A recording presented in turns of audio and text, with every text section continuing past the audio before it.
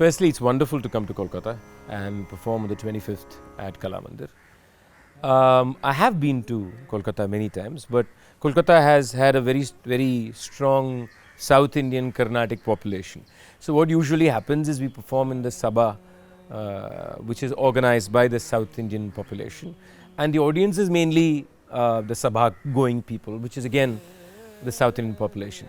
And this has happened in many cities. It's happened in Mumbai, it's happened in Delhi. So, each community has created their own enclave and their own sense of culture, and they invite their artists. So even if you go to the 1940s and 1950s and 60s, you have all these great musicians, G.N. Balasubramaniam, Shamguri Srinivasayar, all having gone to Kolkata.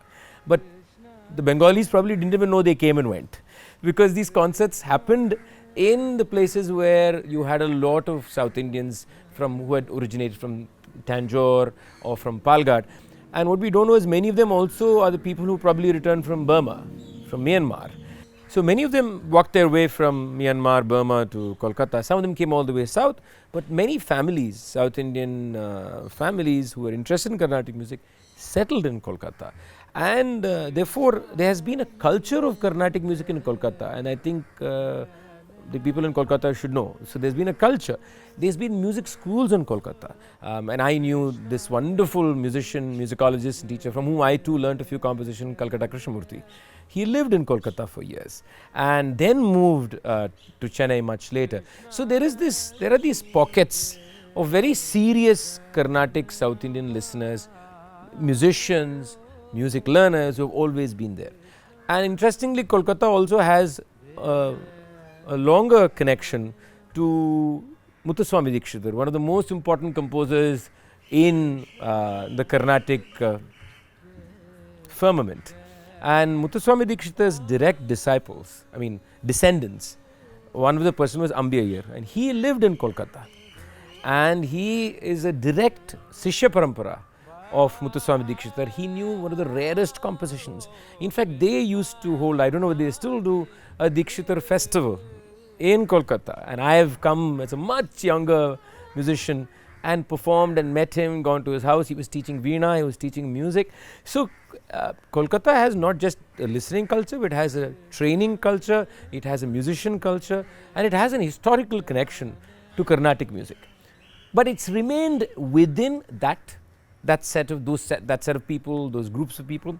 So it's been rare, or very few times, I think, that Carnatic musicians have performed, shall we say, for the larger public of Kolkata. So I think it's fabulous it's happening, it's important it's happening, because Kolkata is in some ways a city like Chennai, you could say, in terms of its straddling or attempting to straddle the modern and the old, keeps to itself a lot of things that it believes is part of its tradition and culture, and at the same time finds window to break through at times and keeps holding a few things. So there is that interesting tension between what is seen as modernity or newness with what is old. And Kolkata was a colonial town, a colonial city.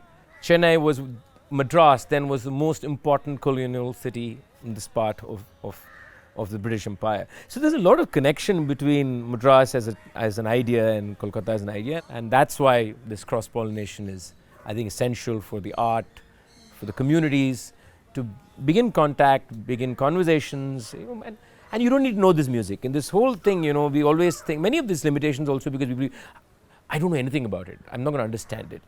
It's true, most things that we experience for the first time. And it's okay if you don't know anything about it. You don't need to know the name of the ragas, you don't need to know what complexities lie behind. All you need to do is just have a ear and say, listen to it. And the Bengali should know that Rabindranath Tagore was inspired by Carnatic music. So there's a song called Lavanya Rama. Lavanya Rama kanulara chudave Ati lavanya ramakanu. The raga is Purna Shajja, composition of Tyagaraja. There's a Robindra Sangeet song with exactly the same tune. Something that's happened to, I think, many parts of this country. Is a certain level of shall we say, separations, levels of separations that we have developed and we have, in a way, cultivated. It's not just certain parts of the country. Every part of the country, you'll find similar things in the south, where there are lines of separation to certain kinds of cultures. So I think this happened everywhere, and it's happened also in Bengal, because if you just look at what is Odissi today. Now, Odissi as we know it today, most people know, was restructured, reconfigured only in the 20th century. Okay, what many people don't know is about the music. So Odissi music, which I'm using Odissi music because of the sound as close as we can get to Bengal, was that whole mix. It's not Hindustani music, okay? It's not Rabindra Sangeet, it's not Carnatic music. But what people don't know is it was the bridge. Is that it was, if you look at this in the music, now it's been changed. A lot of their ragas were South Indian ragas. They even called it Shankaravarna at some point of time, okay? And so they had this sound, which is, even now it has a very distinct sound, which is a kind of a bridge, if you can call it that, between two different kinds of sonic aesthetics. So if you think of cultures like that, with multiple bridges, then I think the seamlessness through which we can travel between, say, the Carnatic sound to the Odissi sound, to the Hindustani sound, to the Rabindra Sangeet sound, is much easier than when we keep it with lines of separations, because these separations have actually not existed as much in the past. They very naturally have happened, and we've somehow started, because we want to categorize it and call it something. The moment you want to call it something, you want to define this as X and that as Y. Then X and Y can't talk to each other. But if you say it's approximately X and approximately Y, then anything can happen.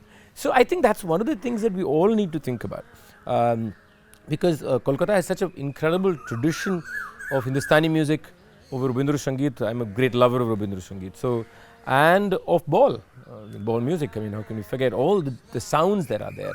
And I think if you listen to many of these sounds, you'll see that the sounds actually resonate beyond the geographical and political boundaries of what Bengal is.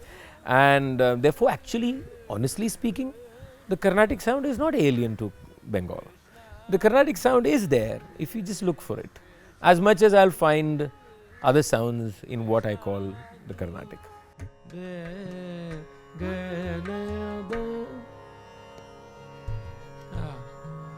Krishna ni